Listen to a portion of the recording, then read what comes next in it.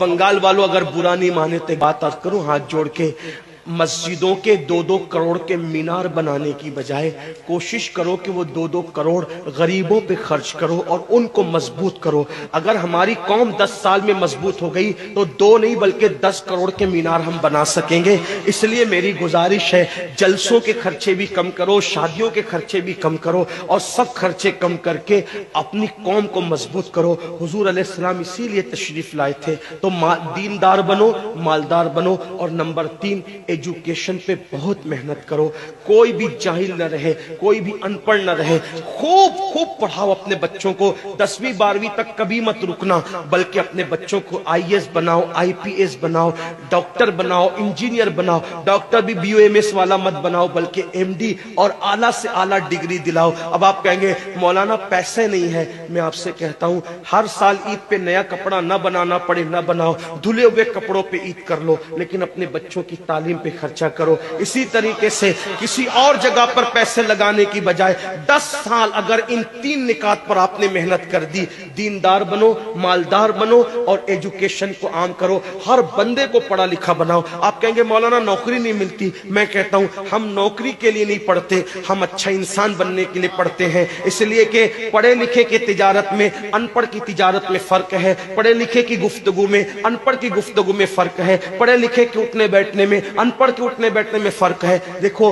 आप, ये नहीं कहता हूं कि आप सब अनपढ़ हो, लेकिन एक बात आपसे कहता हूं, महफिल में पढ़े लिखों का अंदाज और होता है, अनपढ़ लोगों का अंदाज और होता है। खाने में, पीने में, उठने में, बैठने में तालीम को आम करो, दुनिया भी पढ़ाओ, आखिरत भी पढ़ाओ। अपने बच्चों को इतना इल्म दो कि वो मुसलमान रहे, सच्चे मुसलमान रहे, और अपनी बच्चियों को भी इतना इल्म दो, सच्ची पक्की मुसलमान रहे। और स्कूल, कॉलेज, यूनिवर्सिटी में आला से आला तालीम दिलाओ। और याद रखना, गुर्बत का बहाना मत बनाओ। बिटिया की शादी होती है तो लाखों रुपए कहां से आते हैं, और आपसे कहता हूं 8 घंटे मेहनत करने की बजाय 16 घंटे मेहनत करो। मेहनत में पीछे मत हटो, अपने बच्चों को पढ़ाओ। सिर्फ 10-12 साल हिंदुस्तान के तमाम मुसलमान मेहनत करके अपने बच्चों पे मेहनत कर लें, कोशिश कर लें, काविश कर लें, तो देखना नक्शा बदल जाएगा। ये भी आपसे कहता हूं, एक बात कहता हूं, मना नहीं कर रहा हूं, अगर मुझसे गलती हो तो मेरे उलमा इस्लाह करेंगे, आप मेरी जात को देख के कबूल नहीं करना। बाप के चेहलुम पर 40 देग पकाने की बजाय 1 देग पकाओ।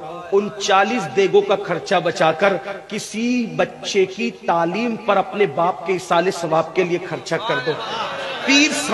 पीर साहब के मजार पर 1 लाख की चादर ला के डालने की बजाय 100 रुपए की चादर डाल दो, बाकी के पैसे बचाकर गरीबों की तालीम पे खर्चा कर दो। पीर साहब के इसाले सवाब के लिए वो उस 1 लाख की चादर से जितना खुश होंगे, वो 100 रुपए की चादर से भी उससे ज्यादा खुश होंगे, क्योंकि आपने किसी को उठा दिया, किसी को आपने तरक्की पे ले गए। एक बात कहता हूं, मेरा पीर जन्नती है तो मेरे पीर को मेरी 1 लाख की चादर से क्या गरज, उसको तो जन्नत में उससे बेहतर लिबास मिल चुका है, उसको तो 1 लाख का उससे बेहतर लिबास मिल चुका है। तो ये बातें तल्ख लगे माफ करना, लेकिन आपसे एक बात कहता हूं, रसूमात से निकलो, हकीकतों की तरफ आओ, रसूमात से निकलो, सच्चाइयों की तरफ आओ। एक दूसरे को गिराने की कोशिश मत करो, एक दूसरे को उठाने की कोशिश करो। आपस के झगड़े खत्म करो। तेरा सिलसिला बड़ा, मेरा सिलसिला बड़ा, तेरी बिरादरी बड़ी, मेरी बिरादरी बड़ी, तेरा पीर बड़ा, मेरा पीर बड़ा।